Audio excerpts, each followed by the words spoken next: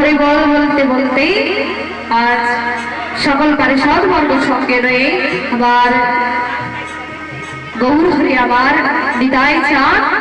আজ অদ্বৈতের আঙ্গিনা আলো করে বসেছেন। আর এমন সময় প্রভুর চরণ দুটি ধৌত করবেন বলেই শীতল জল দিয়েছি, সুশীতল ঠান্ডা জল। ঠান্ডা জল কেন নিয়ে এসেছেন না? এত রোদের তাপ প্রবাহমান ব্রজপথে এসেছে, পথের ধোঁয়ায় কত ধুলো লেগে গেছে, কত আঘাত লেগেছে, সেই সুশীতল নিয়ে এসেছে, শীতল বাড়ি। ও মা বললেন ভেতরে কৃষ্ণ বাহিরে রাধা, কেন গো? ডাবা রাধারানী বললেন প্রভু গো, হে প্রাণনাথ, তুমি যে কলিযুগে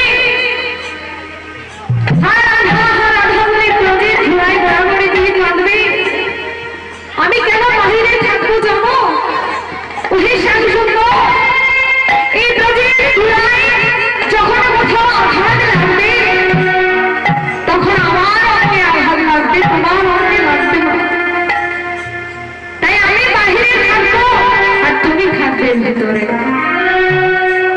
তাই রাধারানী আমার বললেন প্রভু হে প্রাণনাথ, তোমার যে রূপ সবাই দেখতে পাবে কিন্তু আমি তো দেখতে পাবো না, তাই আমি আরেকটি রূপে আমি তোমার দর্শন করব। রাধারানী আরেকটি রূপে তিনি কে গো মা? আপনাদের পঞ্চদত্তের ছবি বাড়িতে আছে মা? আছে? পঞ্চদত্তের ছবি কি গো মা? নেই? অনেকের আছে, অনেকের নেই, তাই তো? দেখবেন আমার গৌর হরির বাম দিকে দাঁড়িয়ে আছেন কি না গদাধর, ঢলিয়া ঢলিয়া পড়ে গদাধরের। এই গদাধরটিকে আমার রাধারানী। রাধারানী আমার গৌরকে দর্শন করবার জন্য তিনি আরেকটি রূপ ধারণ করে নেন।